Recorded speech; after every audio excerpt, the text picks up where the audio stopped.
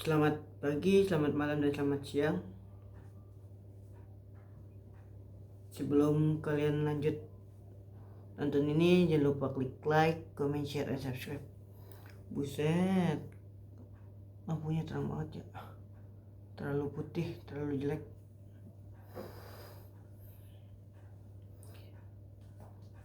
Oke,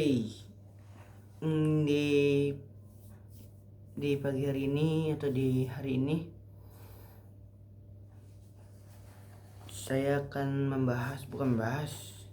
saya akan memberikan informasi mengenai olahraga yang sudah banyak diminati di kalangan masyarakat, yaitu masyarakat ya menengah lah, atau yang sudah banyak diselenggarakan di eskul di sekolah dasar ataupun di sekolah menengah atas sampai kuliah juga ada.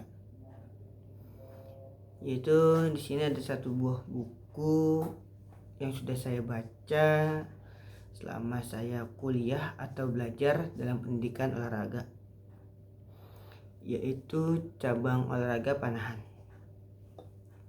Kalau suara saya tidak terdengar, kalian menggunakan headset saja atau mungkin akan volume saya akan naikkan sedikit. Di sini saya sudah membaca 6 bab.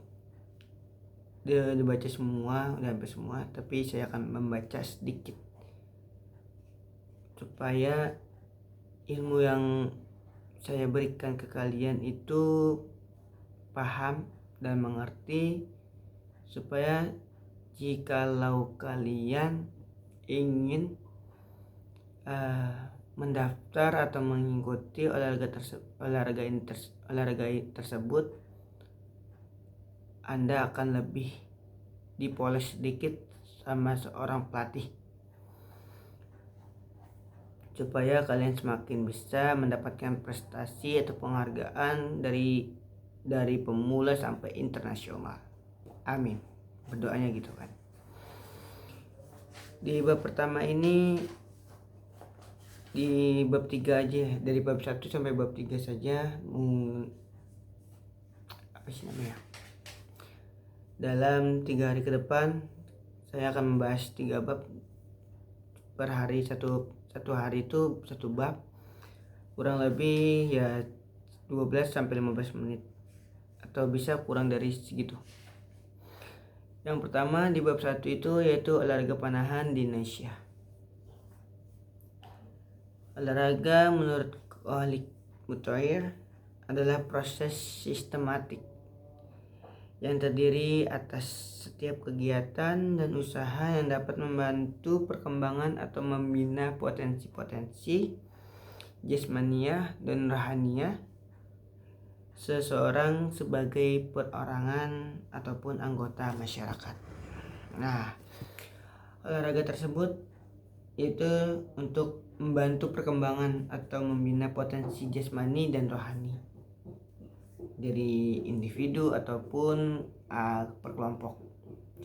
Maaf ya, ini kayak lagi nggak tahu karena efek dingin ke panas atau panas ke dingin kayak gini biasanya tuh. Agak lumayan gatal ya.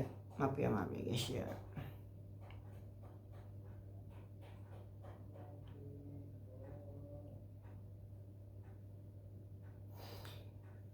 Untuk selanjutnya, olahraga pastinya memiliki tujuan-tujuan yang beragam. Ada yang hanya sekedar hobi. Nah, ini kalian buat hobi atau mengejar prestasi. Ada yang ditujukan untuk menurunkan berat badan, mendirikan olahraga untuk memulihkan kondisi tubuhnya, melakukan olahraga untuk dapat mengikuti pertandingan-pertandingan bergengsi di negara dan sebagainya.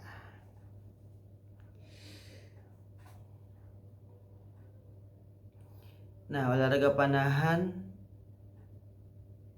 yaitu melepaskan panahan melewati lintasan tertentu menuju target pada jarak tertentu. Dari dari sisi biomekanik, kita lihat dari sisi biomekanik, yaitu melontarkan objek untuk mencapai ketepatan maksimal, dan ditinjau dari sisi belajar motorik.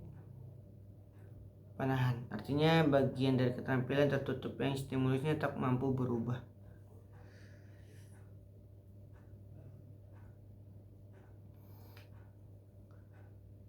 Nah, olahraga panahan sudah lama dikenal di Indonesia. Dengan melakukan memanah, tiap individu mampu melatih. Dengan melakukan aktivitas memanah, setiap individu itu mampu melatih kekuatan, ketahanan, fokus, koordinasi tangan dan mata, keseimbangan, meningkatkan fleksibilitas tangan dan jari, meningkatkan kesabaran dan membangun kepercayaan diri. Nah, olahraga panahan ini juga memerlukan sentuhan jiwa yang halus, kesabaran, keuletan, konsentrasi, dan ketahanan mental yang tinggi, serta mempunyai tingkat kecemasan yang tinggi. Jadi olahraga panahan ini bisa dibilang kita itu harus sabar, harus ulet, harus konsentrasinya paling tinggi. Itu paling utama itu tuh. Dan mental saat melakukan memanah itu kita harus kuat juga. Maaf ya kalau. Nah, sejarah panahan di Indonesia. Kita flashback sebentar, yaitu pada tahun 1600 sesudah Masehi itu, panahan itu, busur dan panah itu merupakan senjata utama setiap negara dan bangsa untuk berperang. Nah, pada tahun 1600 itu panahan ini sebagai senjata utama untuk berperang di setiap negara. Nah, panahan ini merupakan simbol dari kekuatan dan kekuasaan dalam legenda di Yunani. Nah, itu sejarahnya ya. Orang-orang Amazon mendemonstrasikan kemampuan kaum wanitanya dengan memakai busur sebagai senjata lambang kemenangan.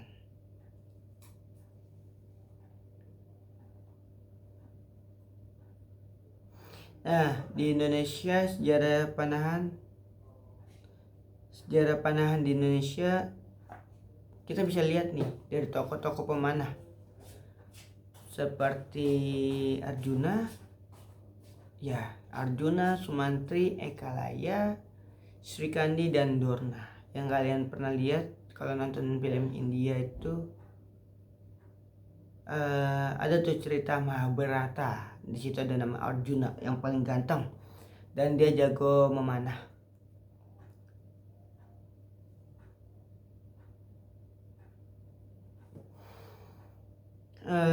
Pada perkembangannya, panahan dipandang sebagai media rekreasi. Nah, panahan ini juga sebagai media rekreasi atas idenya Charles II, itu Raja Charles dari Inggris pada tahun 1676. Dan GNAH atau Grand National Archery Society merupakan kejuaraan panahan yang diselenggarakan di Inggris pada tahun 1844.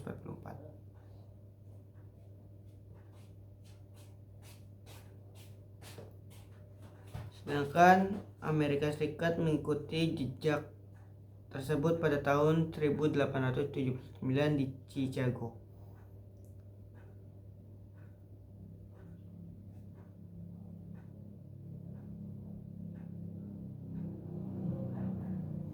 Nah, sebelum kejuaraan itu dimulai atau diselenggarakan, ada sebuah nama klub panahan yang terbesar, merupakan klub terbesar dan tertua sampai saat ini, yaitu Kilwinning yang beranggotakan pemanah asal Skotlandia. Dan olahraga panahan ini berkembang dan lebih dikenal sebagai olahraga akurasi ketepatan di Indonesia ya. Dari organisasi panahan di Indonesia yang terbentuk pada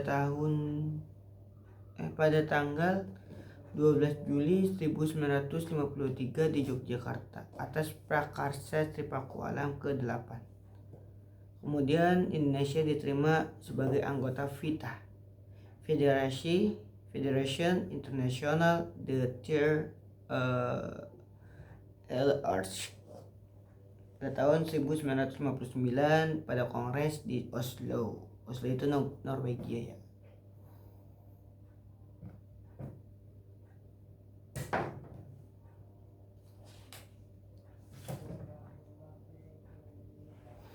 Dan selanjutnya ada perkembangan olahraga panahan di Indonesia.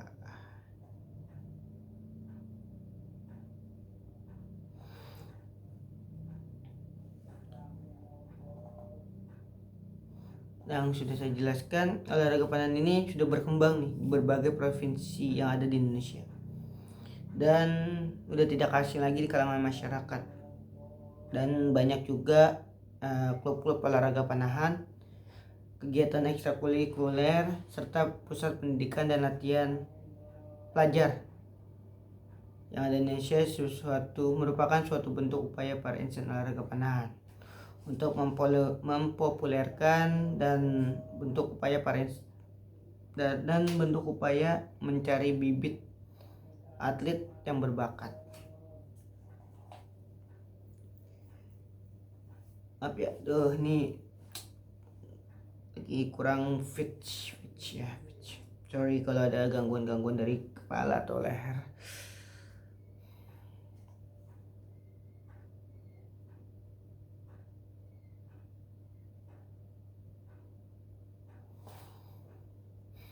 Nah, itu perkembangan Indonesia. Terus yang terakhir di bab pertama itu yaitu prestasi olahraga panahan Indonesia. Yang pertama itu panahan di Olimpiade. Olimpiade adalah sebuah ajang olahraga antar bangsa. Ada dua jenis nih Olimpiade, yaitu Olimpiade musim panas dan Olimpiade musim dingin. Olimpiade ini diselenggarakan 4 tahun sekali oleh negara-negara di dunia yang terdaftar di Komite Olimpiade Internasional. Dan Indonesia pertama kalinya berpartisipasi pada Olimpiade di Helsinki 1952. Nah, cabang olahraga pertama kali ikut serta dalam ajang Olimpiade itu pada tahun 1900 di Paris. Dan nomor putri mulai dipertandingkan 4 tahun kemudian di St. Louis, Amerika Serikat. Nah, setelah berlanjut nih berlanjut 2 kali kemunculannya pada tahun 1908 dan 1920. Nah, cabang panahan ini kemudian dikeluarkan nih dari Olimpiade.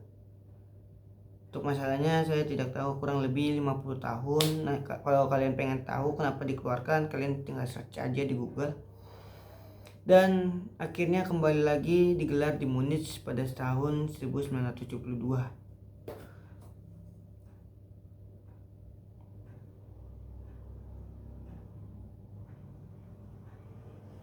Nah,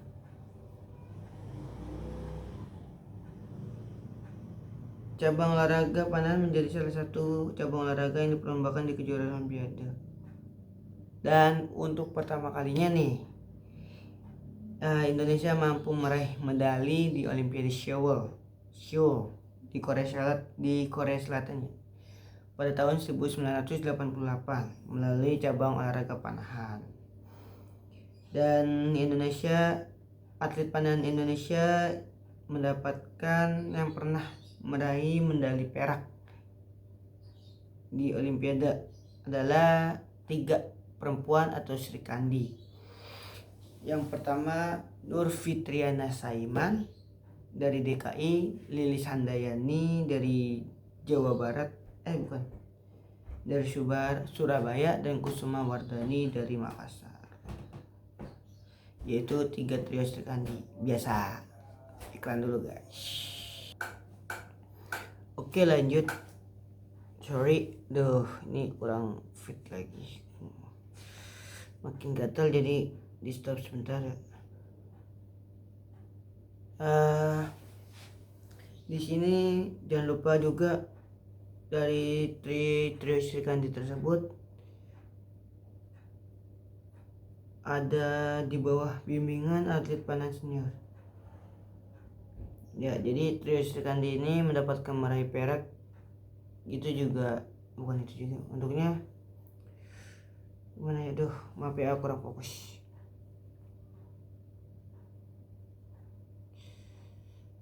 Trio Srikandi tersebut di bawah bimbingan atlet panah senior, yaitu Donald Pandiangan, sang pelatih.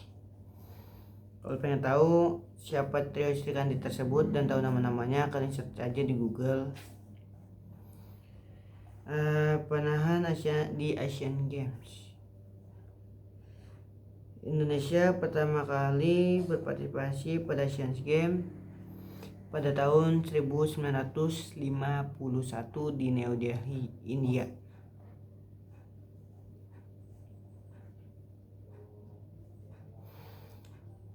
Puncak prestasi Indonesia terjadi ketika menjadi tuan rumah pada Asian Games keempat tahun 1962, dan Indonesia berada di urutan kedua setelah Jepang dengan mengoleksi 21 emas, 26 perak, dan 30 perunggu.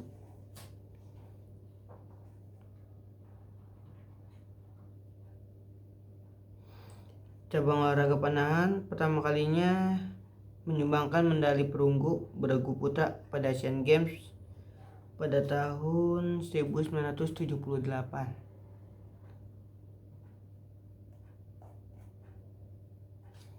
Dan semakin tahun prestasi pemanah mulai meningkat dengan berhasil meraih medali perak pada Asian Games pada tahun 1982 untuk nomor beregu putra dan 1994 pada nomor beregu putri.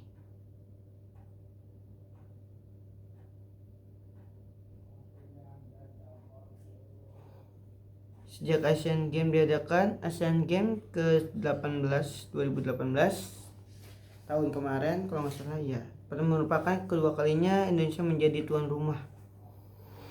Dan yang ketiga dan terakhir ini yaitu panahan di SEA Games.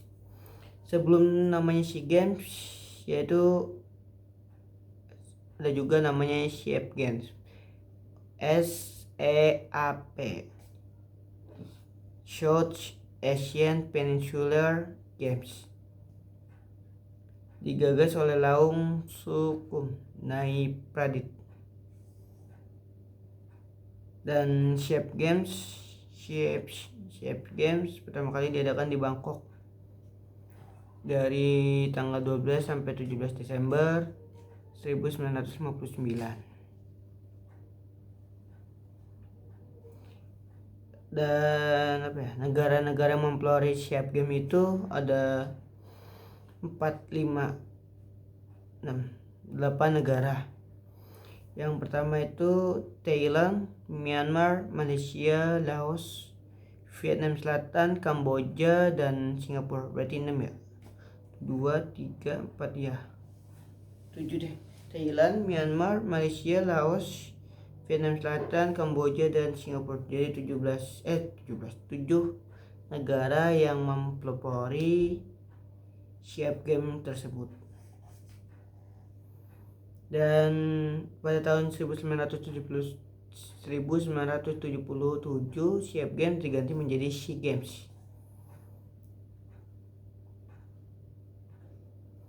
Merupakan pesta olahraga negara-negara Asia Tenggara setiap 2 tahun sekali.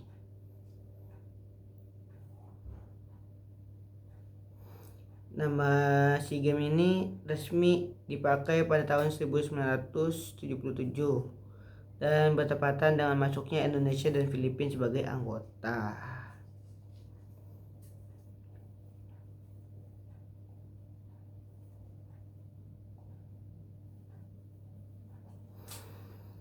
Pertama kali Indonesia masuk di pesta olahraga SEA Games ini yaitu sebagai multi event di kawasan Asia Tenggara, dan hebatnya Indonesia mampu merebut gelar juara umum dengan perolehan medali 62 emas, 41 perak, dan 34 perunggu. Dan pada SEA Games 1977 di Malaysia, pemana Indonesia berhasil menyumbangkan 5 emas, 2 perak, dan 2 perunggu. Nah itu ya di cabang pemanah. Jadi total keseluruhan dari SEA Games itu cabang-cabangnya Indonesia mendapatkan 62 emas, 41 perak, dan 34 perunggu.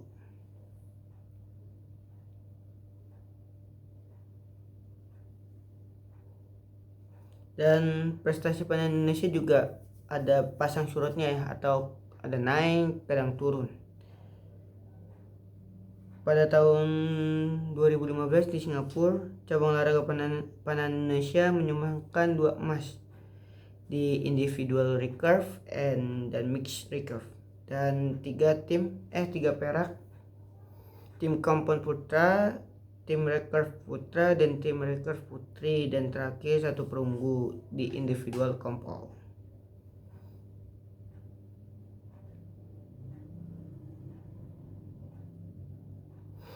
Nah, untuk mengetahui selanjutnya bab 2 dan bab 3, kalian jangan lupa klik like, comment, share, and subscribe supaya tidak tertinggalan. Dan kalian pengen mau memfotokopi buku ini, kalian jangan lupa nonton sampai habis, sampai bab berapa ya, bab 6, kurang lebih 6 hari. Itu perjalanannya enggak setiap hari ada,